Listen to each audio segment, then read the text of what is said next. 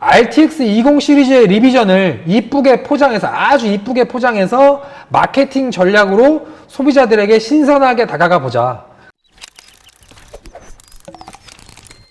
슈퍼 황 회장님 이름이 너무 거창한 거 아닙니까? 지난 5월이었죠. 컴퓨텍스 가기 전이라 제가 확실하게 기억하고 있습니다. 엔비디아 유튜브 채널에 갑자기 난데없이 슈퍼의 티저 영상이 올라왔었어요. 올라오고 난 뒤에 그 컴퓨터 하드웨어 마니아들 사이에서 정말 많은 이야기가 있었습니다. 이것도 뭐냐? 슈퍼라는 이름 쓸 정도면 타이탄 신버전 나오는 거냐? 분명 영상에 나오는 제품의 어떤 실루엣이 그래픽카드처럼 보이는데 새로운 지포스 또 나오는 거냐? 뭐 아니면 그것도 아니면 인공지능 관련으로 뭔가 새로운 플랫폼을 개척하려는 것이냐? 별별 소문들이 다 있었습니다. 그리고 그 중에 가장 신빙성이 있었던 게 RTX 20 시리즈의 리비전 이야기였어요. 왜냐면 RTX 20 시리즈가 출시되고 엔비디아의 주식 상황이 그다지 좋지 못했어요. 신제품이 나오면 주식이 약간 하늘 높은 줄 모르고 올라가야 하는 게 정상인데 올라가기는커녕 지난 9월 이후로 엔비디아 주식이 아주 큰 폭의 하락세가 시작되더니 지금이 2019년 7월이잖아요. 그 하락세가 반등을 못하고 있는 상황이에요. 물론 엔비디아가 그래픽카드만 판매하는 회사도 아니고요. 그리고 RTX 20 시리즈의 성능이 문제였다라는 것보다는 근본적으로 2017년이랑 2018년에 아주 강력하게 형성됐던 최고 시장이 그냥 싸그리 망하면서 그 여파로 엔비디아가 직격탄을 맞았다라고 볼 수 있겠죠. 어쨌든 상황이 이렇게 됐으니 엔비디아는 어떤 주식 상황을 반등시킬 수 있는 추진 장치가 필요했을 거고 시장에서 더 강한 경쟁력을 가질 수 있는 그래픽 카드를 만드는 것이 가장 효과적이었을 것이라는 어떤 내부적인 판단이 있었을 거예요. 그리고 그래서 등장한 게 바로 오늘의 주제 지포스 RTX 슈퍼입니다. 여러분들이랑 아무 상관도 없는 엔비디아의 테슬라나 뭐 쿼드로 이런 거 제외하고 다 빼버리고 게임용 드라이버가 제공되는 엔비디아의 그래픽카드 라인업만 따져본다면 총 3가지로 나눠볼 수 있는데 첫 번째는 여러분들이 잘 알고 있는 지포스 GTX 뭐 다 아시잖아요. 지포스 GTX 모르는 사람 없잖아요. 그쵸? 두 번째는 실시간 레이트레이싱과 DLSS 기능을 지원하는 지포스 RTX 그리고 세 번째가 게임용 그래픽카드로 분류하진 않지만 게임이 가능한 타이탄 RTX입니다. 여기서 타이탄 RTX는 엔비디아가 공식적으로 게임용 그래픽카드입니다 라고 인정하지 않았기 때문에 게임용 그래픽카드로 분류하지 않을 뿐이지 정말 최고의 상황에서 게임을 하고 싶은 분들은 매번 구매하는 그런 선택지이기도 해요. 그리고 네 번째가 며칠 전 출시된 지포스 RTX 슈퍼입니다.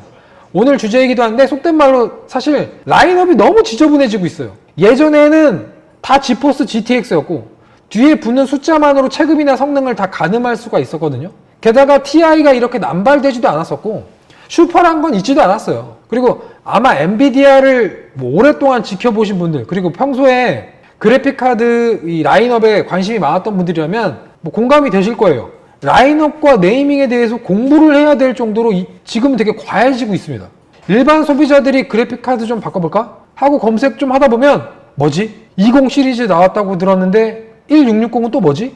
뭐야? 슈퍼는 또 뭐지? 헷갈릴 수밖에 없어요. 어쨌든 결과론적으로 이번 슈퍼 레이밍은 RTX 20 시리즈의 리비전을 이쁘게 포장해서 아주 이쁘게 포장해서 마케팅 전략으로 소비자들에게 신선하게 다가가 보자. 그런 맥락으로 볼 수 있겠고요. 말씀드린 대로 TI를 확대한다거나 뭐 아니면 리비전의 본질적인 이름보다 슈퍼라는 아주 거창한 이름을 선택하는 것이 명백하게 호불호가 갈릴 것으로 예상이 됩니다. 자, 이제 그럼 슈퍼의 차이점을 한번 살펴보도록 하겠습니다. 스크롤 내릴게요. 자, 좌측에 보이는 사진이 여러분 알고 있는 그 기존의 RTX 2060 시리즈고요. 우측이 새로 나온 RTX 2060 슈퍼입니다. 전체적인 외형에서는 크게 뭐 변경된 부분은 없어요. 단 이 슈라우드의 가운데 부분이 마치 거울처럼 바뀌었습니다. 이 부분이에요. 이 부분이 거울처럼 바뀌었어요. 마치 그 미러 백플레이트 같은 느낌인데 지문 남는 거 싫어하시는 분들은 장착할 때 주의가 필요하니까 참고하시기 바랍니다. 그리고 이 엔비디아의 RGB 코드가 76B900 컬러로 슈퍼에 각인이 이루어졌어요. 이 컬러가 76B900 컬러입니다. 정말 마니아분들은 눈치를 챘을지도 모르는 부분인데 여기서 이 슈퍼는 지포스 폰트가 아닙니다. 왜 지포스 폰트가 아니라 처음 보는 폰트를 써는지는 모르겠어요. 잡설은 그만하고 스펙 차이 한번 보도록 하겠습니다. 자, 일단 공개된 슈퍼는 2060이랑 2070 슈퍼 두 가지예요.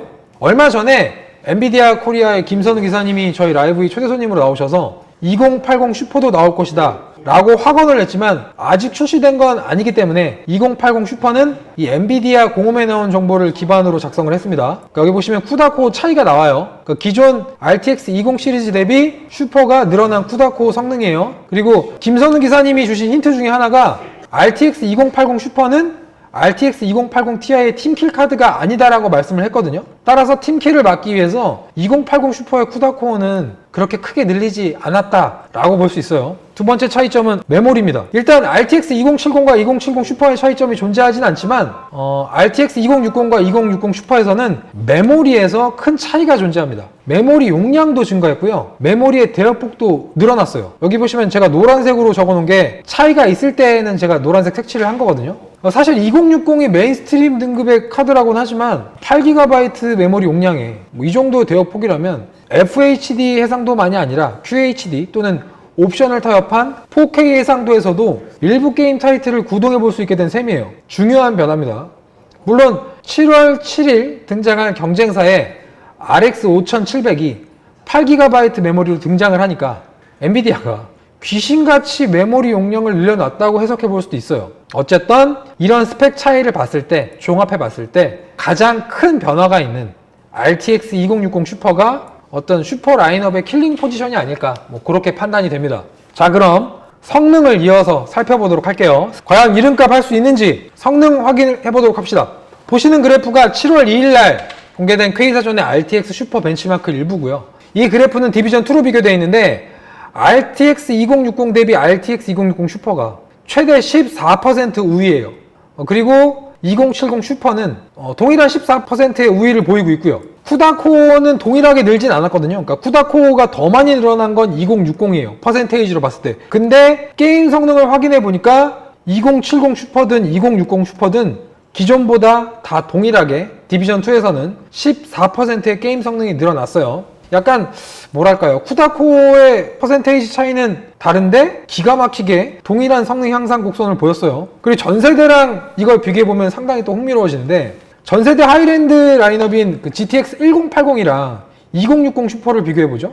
그럼 2060 슈퍼가 18%나 우위예요. 그리고 전세대 플래그십 GTX 10 시리즈에서 가장 좋았던 그래픽카드인 GTX 1080 Ti랑 대비해보면 RTX 2070 슈퍼는 최대 16%의 우위를 보입니다. 이게 사실 진짜 우리가 기대하던 RTX 20 시리즈의 성능이거든요. 지금 나온 슈퍼가. 전세대 80 Ti가 새로 나온 70 라인업에 그냥 박살이 나는 그런 장면. 케플러에서 맥스웰로 넘어갈 때도 본 장면이고, 맥스웰에서 파스칼로 넘어갈 때도 본 장면이었는데, 파스칼에서 튜링으로 넘어갈 땐 그 장면이 없었어요.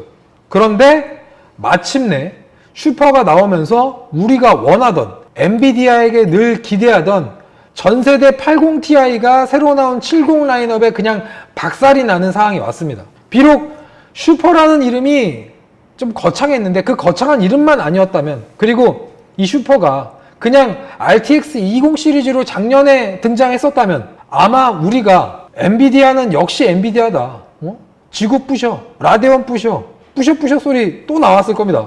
여기 차트를 보시면 경쟁사인 그 AMD 그래픽카드도 보이는데 7나노가 적용된 라데온 7 보이시죠? 네. 이 7나노가 적용된 라데온 7도 RTX 2070 슈퍼의 상대가 되지 않아요. 네. 이만큼이나 차이가 나요. 베가 64는 엔비디아의 새로운 메인스트림 카드보다도 떨어집니다. 가격 떼고 네이밍 떼고 그냥 절대 성능만 보죠. 엔비디아 말고 고를 게 없어요. 사실 베가랑 나비, 라데온 7 뭐 이름만 이쁘지 2070 슈퍼 위로 2080 슈퍼, 2080 Ti, 타이탄 RTX 뭐 여러 개 있는데 대조군으로 쓸 수 있는 카드조차 없습니다. 대결 구도가 성립되질 않아요. 엔비디아가 이렇게 요령 피우고 라인업을 무슨 메시망처럼 촘촘하게 나누어 출시하고 마치 슈퍼마켓에서 300원짜리 과자부터 3,000원짜리 과자까지 아주 촘촘하고 다양하게 상품을 진열하는 것 마냥 그래픽 카드를 이렇게 나누어 놓게 된 것은 엔비디아의 마케팅 전략이자 동시에 AMD의 행보에 따른 결과라고도 볼 수 있습니다. 어쨌든 성능은 두말할 것 없이 준수하고요. 우리가 기대했던 진짜 튜링의 본 모습을 보여줬기 때문에 합격 판정이지만 이름이 슈퍼라서 감점 처리받고 있는 그런 상황이에요. 자, 이제 조금 더 흥미진진하게 흔히 말하는 통수의 역사, 엔비디아의 세대별 성능 향상에 대해서 알아보도록 할게요. 네.